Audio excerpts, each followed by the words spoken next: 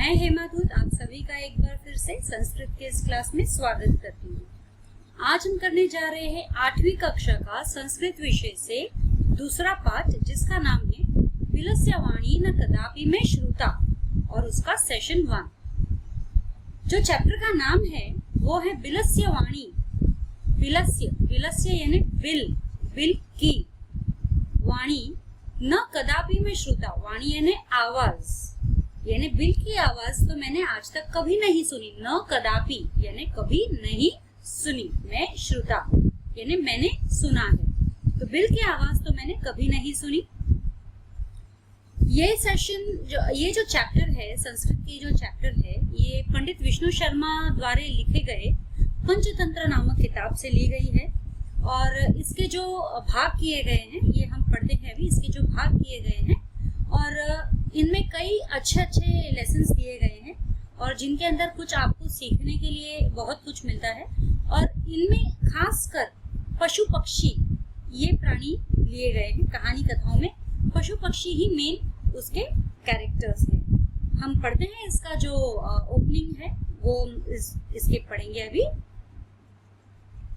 प्रस्तुत पाठ संस्कृत के प्रसिद्ध कथा ग्रंथ पंचतंत्र के तृतीय तंत्र काकोलुकियम से संकलित है। काकोलुकियम एक तंत्र जो है यानी भाग, पंचतंत्र के तृतीय तंत्र, और उस तंत्र इस भाग का नाम है काकोलुकियम। इससे संकलित किए गए हैं, नहीं यहाँ से ये लिए गए हैं। पंचतंत्र के मूल लेखक है विष्णु शर्मा। मूल यानी बेसिक, फर्स्ट जो राइटर है वो है विष्णु शर्मा, और इनसे कई राइटर्स जो है इन्होंने कहानियां ली हैं। कैरेक्टर्स के नाम बदले हैं, लेकिन कहानियों के मेन मूल कर्ता धर्ता तो विष्णु शर्मा ही है। इसमें 5 खंड है, 5 भाग है, जिन्हें तंत्र कहा गया है। हर भाग को तंत्र कहा गया है। इसमें गद्य पद्य रूप से कथाएं दी गई है। गद्य यानी कि लेसन्स, और पद्य यानी कि पोएट्रीज। गद्य पद्य रूप में कथाएं दी गई है। और जैसे इसके पहले वाले चैप्टर में, फर्स्ट चैप्टर 8th स्टैंडर्ड के हमने चैप्टर में हमने पढ़ा था सुभाषिनी, ना, सुभाषितानी। यह पाठ हमने पढ़ा था सुभाषितानी। तो इसमें अधिकतर जो जिनके पात्र मुख्यतः होते हैं पशु पक्षी। अब ये जो चैप्टर है ये बहुत ही इंटरेस्टिंग चैप्टर है। जो चैप्टर का नाम है विलस्य वाणी न कदापि मैं श्रुता, यानी कि मैंने कभी भी बिल की आवाज नहीं सुनी। अब आगे बढ़ते हैं चैप्टर की तरफ। इस चैप्टर को मैं एक्सप्लेन करूंगी आपको 2 भागों में, 2 हिस्सों में, जिसमें से आधा चैप्टर में आपको विद मीनिंग्स यानी शब्दार्थ में आपको चैप्टर के साथ में ही बताऊंगी, और अलग से शब्दार्थ हम जरूर करेंगे इसके क्वेश्चन आंसर्स के सेशन में। और इसमें मैं आधा चैप्टर आपको एक्सप्लेन करूंगी, आधा चैप्टर हमारा नेक्स्ट सेशन में होगा। चलिए हम शुरू करते हैं हमारे चैप्टर की तरफ। तो चैप्टर की हमारी शुरुआत हो रही है। ये कथा के रूप में आप इसे समझ सकते हो। कथा के रूप में देखोगे तो आपको बहुत मजेदार लगेगी। किस्मिश्चित वने खरनरः नाम सिंह प्रतिवसति स्म। किस्मिश्चित यानी कि किसी एक वने यानी जंगल में, खरनखर यानी खरनर ये नाम है, नाम सिंह यानी शेर, सिंह। प्रतिवसति स्म, प्रतिवसति यानी वहां रहता था। सह कदाचित इस्ततः परिभ्रमण क्षुधार्तु तः न किंचिदपि आहार प्राप्तवान। तो वो जो शेर था, वह जो सिंह था, वह घूम रहा था, परिभ्रमण कर रहा था जंगल में, और वो भूख से व्याकुल हो रहा था। क्षुधार्त यानी भूख से व्याकुल होना, लेकिन उसे कहीं पर भी न किंचिदपि आहार प्राप्तवान, उसे कहीं पर भी कुछ भी खाने को नहीं मिला।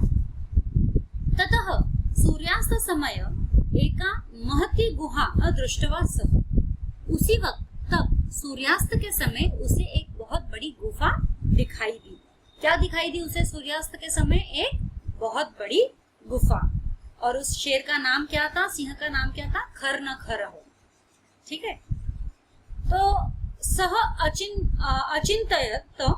अचिंतयत यानी वह कहने लगा, नूनम एतस्या गुहाया रात्रो कोऽपि जीवः आगच्छति, यानी अवश्य ही, न्यूनतम यानी अवश्य ही, एतस्या गुहाया यानी इस गुहा में, रात्रो यानी रात के समय, कोऽपि, कोऽपि यानी कोई तो, जीवः आगच्छति यानी कोई तो जीव यानी प्राणी यहाँ आता होगा, अतः अत्रैव निगूढ़ो भूत्वा, अत्रैव अतः यहाँ, मैं यहाँ छिप कर बैठता हूँ, निगूढ़ो भूत्वा यानी छिप कर बैठना, तिष्ठामि, तिष्ठामि यानी बैठना, मैं यहीं छिप जाता हूँ।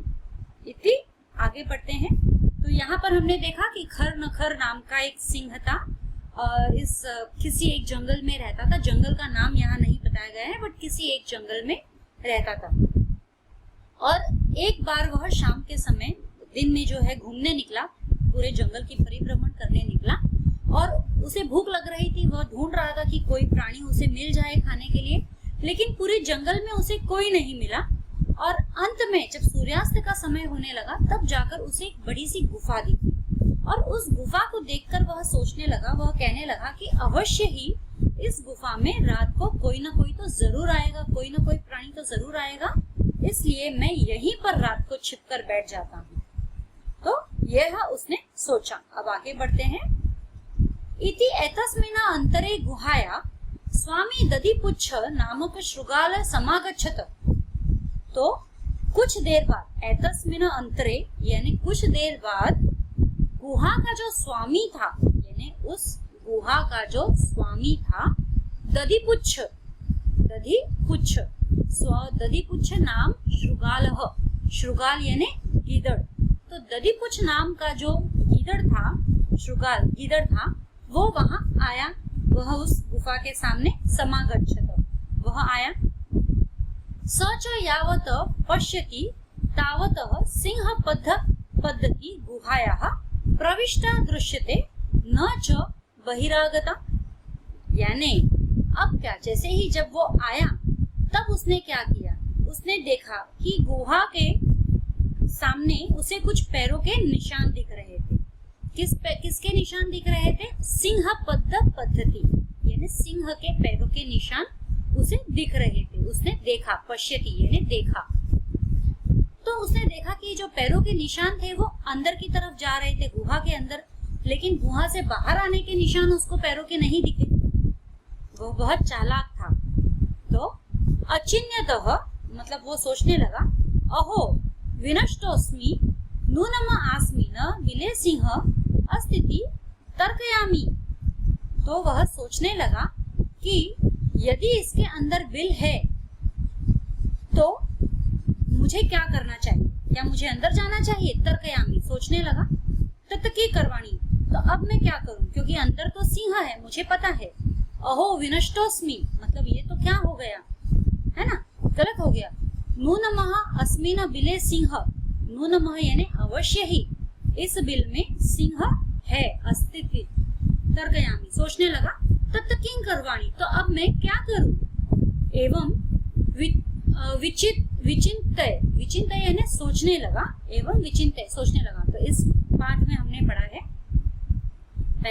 पहला जो पेज था उसमें हमने ये पढ़ा कि खर नखर नामक का एक सिंह था किसी एक जंगल में। एक दिन वह भ्रमण करने निकला और उस वक्त उसे कोई भी प्राणी नहीं मिला और वो भूख से व्याकुल हो रहा था।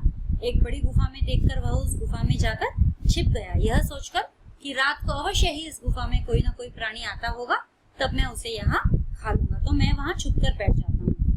तो इतने में थोड़ी देर में उस गुफा का जो प्राणी है दधिपुच्छ नामक गीदड़, वह वहां आया। और जब उसने देखा, गुफा के सामने आते ही जब उसने देखा कि यहाँ कुछ पैरों के निशान दिख रहे हैं, तो उसने गौर से देखा तो वो सिंह के पैरों के निशान थे और यह निशान सारे अंदर जाते हुए नजर आ रहे थे, बाहर आते हुए नहीं। तो उसने क्या करूं, वह सोचने लगा कि अंदर गया तो शेर अवश्य ही उसके लिए इंतजार कर रहा होगा, तो अब मैं क्या करूं। तो वह सोचने लगा। अब आगे देखो, ये चित्र में भी हम देख सकते हैं सिंह अंदर है, पैरों के निशान अंदर जाते हुए दिखाई दे रहे हैं, किंतु बाहर आते हुए नहीं दिखाई दे रहे हैं। तो यहाँ पर हम देख सकते हैं कि वह गीदड़ जो है बहुत ही चालाक था, क्योंकि वह अंदर तो गया ही नहीं, बाहर का नजारा देखकर ही उसने पहचान लिया कि अवश्य ही अंदर सिंह बैठा होगा। तो दूरस्थ रव कर्तुमारब्ध भो बिल किं न स्मरसि यन्मया त्वया सह समयः कृतोस्ति तद यदा बाहतः प्रत्यागमिष्यामि तदा त्वं माम आकरिष्यासि। तो वह दूर से कहने लगा, मतलब पहले उसने सोचा, पूरा प्लानिंग किया, फिर उसने सोचकर कुछ उसने कहने लगा। वो बिल यानी ओ बिल केव के लिए बिल यूज किया गया है वर्ड यहाँ पे। कि न स्मरसी, क्या तुम्हें याद नहीं हमने क्या तय किया था। यन्मया त्वया सह समयः, हमने साथ में मिलकर, सह यानी साथ में मिलकर क्या तय किया था। कृतोस्ति यदा बाहत्य, कि जब भी मैं बाहर से आऊंगा तब प्रत्यागमिष्यामि तदा, यानी जब मैं बाहर से आऊंगा तब त्वं माम आकरिष्यासि, यानी कि तब तुम मुझे बुलाओगे, तब तुम मुझे आवाज दोगे, तब तुम मुझे अंदर आने के लिए कहोगे। यदि त्वं मा न आहस्यसि तर्हि अहं द्वितीय बिल यास्यामि इति। लेकिन यदि तुम मुझे आवाज नहीं दोगे तो मैं किसी दूसरे बिल में चला जाऊंगा। यानी उसने ये प्लान सोचा और ये प्लान के तहत वो बात कर रहा था। गीदड़ जो है ये प्लान के तहत बोल रहा था। उसने बिल से बातें करनी चालू की। बिल यानी गुफा से बातें करनी चालू की कि हमने क्या, जब हम साथ थे तब हमने क्या डिसाइड किया था, क्या निश्चय किया था कि जब भी मैं बाहर से आऊंगा तब तुम मुझे आवाज दोगी अंदर आने के लिए, तुम मुझे बुलाओगी, मेरा स्वागत करोगी। लेकिन यदि तुम कुछ नहीं बोली, तुमने मेरा स्वागत नहीं किया, तो मैं किसी और बिल में चला जाऊंगा, तुम्हें छोड़ दूंगा। ठीक है, अब हम आगे बढ़ते हैं। So what did we learn today? आज हमने क्या पढ़ा बच्चों? आज हमने पढ़ा बिलस्य वाणी न कद्यपि म श्रुता। इस पाठ में हमने शुरुआत की थी कि शेर जो है भ्रमण कर रहा था, ढूंढ रहा था, जंगल में खाना ढूंढ रहा था, नहीं मिला खाना। अंत में भूख से व्याकुल होकर वह भटकते भटकते गुफा के सामने पहुंचा। बड़ी गुफा देखकर उसे लगा कि अवश्य ही यहाँ रात को कोई आता होगा, तो मैं यही छुप कर बैठ जाता हूँ और जैसे ही कोई आएगा मैं उसे पकड़ लूंगा और खा लूंगा।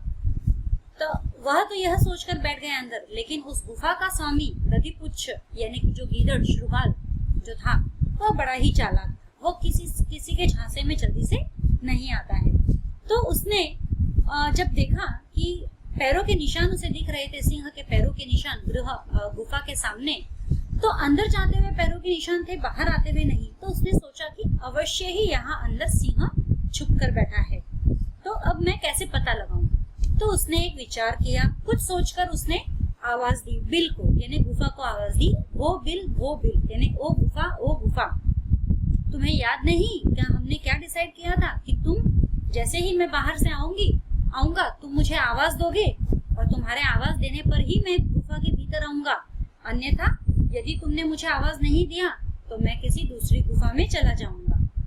तो यहाँ तक हम आज इस सेशन में यहीं तक पढ़ेंगे और अगले सेशन में इसके जो बाकी का हिस्सा है हम इस अगले सेशन में पढ़ेंगे।